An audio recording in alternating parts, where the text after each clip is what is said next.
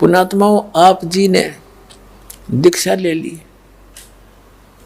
अब आप हमारे बच्चे हो गए, वचन के बच्चे, वचन के पुत्र पुत्री। और जो माता पिता से उत्पन्न है वो नाद के पुत्र हैं उनके। अब वो नाद के तो माता पिता से संबंधित वो तो नाता अलग है, और ये वचन के पुत्र पुत्री हो गए। तो अब आपकी चिंता उस जिसके हम पुत्र पुत्री हो गए उसने चिंता है। अब जैसे आज जिसने नाम लिया है तो आज उसका जन्म है, आज से वो उसकी उत्पत्ति है, असली मनुष्य जीवन उसका आज प्रारंभ हुआ है। तो आप जी कोई 2 महीने का, कोई 6 महीने का बच्चा है, कोई 1 वर्ष का, कोई 2 वर्ष का, कोई 4 वर्ष का। तो अब बच्चों की चिंता अपनी माता पिता को ही होती है।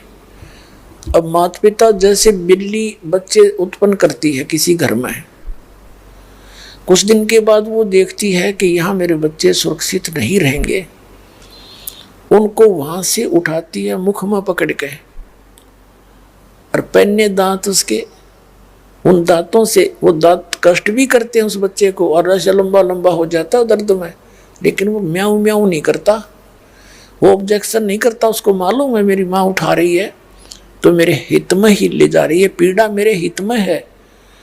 तो उसको ले जा करके बेचारी कहीं ना कहीं उछल कूद करके दूसरे घर में सुरक्षित छोड़ के आओगी, फिर दूसरे को, फिर तीसरे को, ऐसे ले जाएगी।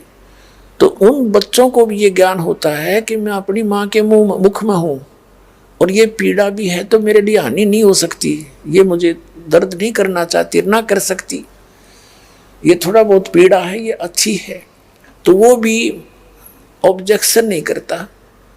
इसी प्रकार आप जी इस परमात्मा के चरणों में आने के उपरांत आपके हित में यदि कोई लाभ हानि आपको महसूस होती है तो एक नेक भगत उसमें ऑब्जेक्शन नहीं करेगा। बालक वाली बुद्धि, कतिय कमजोर संस्कार का व्यक्ति जो ऑब्जेक्शन करता रहता है, मैंने ये कर दिया मुझे, तो वो बालक बुद्धि या जिसने ज्ञान नहीं समझा, भगवान के विधान से परिचित नहीं, उसके मन में ये खुरापात एक आधी बार पैदा हो ही जाते हैं। मैंने इतना दान कर लिया, इतने दिन नाम लेते न लिए, मुझे फिर भी थोड़ा बहुत कष्ट है। तो यदि आपका नाम ठीक है, मर्यादा में चल रहे हो, तो ये दुख आपके लिए गॉड गिवन है, अनिवार्य होगा, ये जरूरी होगा, इसलिए है, अन्यथा नहीं रहेगा। या फिर आपका कोई नाम खंडित है, आप मर्यादा पालन नहीं कर रहे, तो उस कारण से तो फिर दुख है, दुख है। जब वो बच्चा माँ के मुख से निकल जा हाथ पैर फड़फड़ा के, और भाग कहाँ जाएगा, कुत्ते पाड़ डालेंगे उसको। तो इस प्रकार ऐसी स्थिति में जो आप परमात्मा के चरणों में आगे, ऑब्जेक्शन ना रहना चाहिए आपके मन में।